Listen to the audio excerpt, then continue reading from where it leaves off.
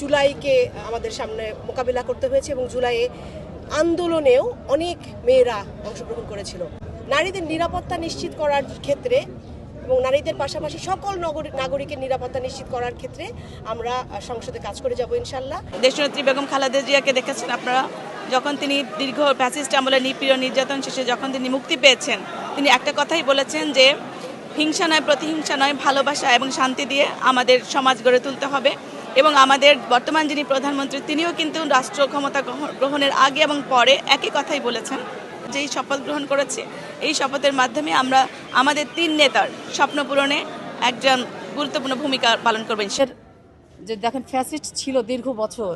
Fascist শুধু মানুষের প্রত্যেকটি প্রতিষ্ঠান, আপনি যে কোনো প্রতিষ্ঠানে হাত দিবেন কিছু নাই, ভঙ্গুর একটা প্রতিষ্ঠান, প্রত্যেকটা প্রতিষ্ঠানকে জরাজীর্ণ অবস্থায় ফেলে রেখে গিয়েছে। সারা বিশ্বে আপনারা জানেন যে যুদ্ধ চলছে, তারপরও আমাদের প্রিয় নেতা জনাব তারেক রহমান অনবরত কাজ করে যাচ্ছেন মানুষের মুখে হাসি ফোটানোর জন্য, গণতন্ত্র প্রতিষ্ঠা করবার জন্য, অর্থনৈতিকভাবে মানুষকে মুক্তি দেওয়ার জন্য কাজ করে যাচ্ছেন।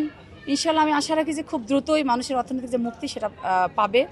এবং প্রত্যেকটি কর্মসূচি যেহেতু উনি শুরু করছেন প্রতিদিন কোনো না কোনো নতুন এজেন্ডা বাস্তবায়নের জন্য, 31 দফা বাস্তবায়নের জন্য, এটি হয়তো এখন যদি আমরা সফল নাও দেখতে পাই, হয়তো 6 মাস 1 বছর পর থেকে সারা বাংলাদেশ ব্যাপী সফলতা ভোগ করবে।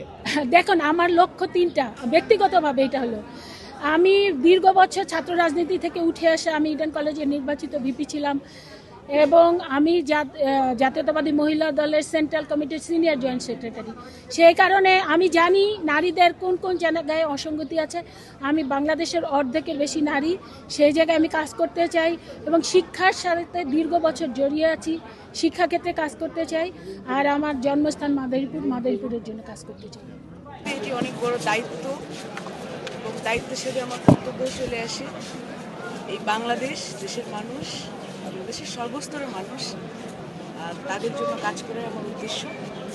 বিশেষ করে তরুণ, নারী এবং শিশু, তাদেরকে নিয়ে কাজ করতে চাই, সমাজের প্রতিকূলতা নিয়ে কাজ করতে চাই, এটি আমার লক্ষ্য।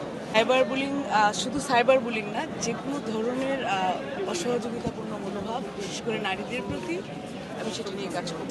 এতদিন পরাধীনতার একটি বাংলাদেশে আমরা ছিলাম, সব মিলে অনেক ত্যাগ, অনেক কষ্ট, রিমান্ড, জেল জুলুম পার করে আসলে বর্তমানের দল এই ত্যাগী হিসাবে আমাকে মূল্যায়ন করেছে। আমি ধন্যবাদ জানাই মাননীয় প্রধানমন্ত্রী জনাব তারেক রহমানকে, যে আমার ত্যাগকে উনি মূল্যায়ন করেছেন।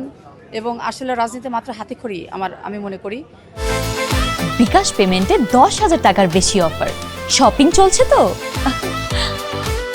সামনের দিনগুলোতে এই রাষ্ট্র বিনির্মাণে উনি যে 31 দফা কর্মসূচি বাস্তবায়নের জন্য কাজ করে যাচ্ছেন, তার সাথে ঐক্যবদ্ধভাবে ওনার সাথে একত্রতা ঘোষণা করে আমিও কাজ করতে চাই। শুধু আমার এলাকা পাবনা, সিরাজগঞ্জ শুধু তাই না, আমার সুযোগ থাকলে আমি সারা বাংলাদেশে আমি কাজ করব। এবং আমি একজন আইনজীবী, নারীদের জন্য অলরেডি কাজ করছি। এবং আসলে সব কিছুর ঊর্ধ্বে এই বাংলাদেশ তো আমার দেশটা আমার মায়ের মতো। এই মায়ের মতো দেশটাকে আমি আমার সকল মেধা, সকল শ্রম, সকল কিছু, আমার জীবনটাই আমি এই দেশের জন্য বিলিয়ে দিতে চাই।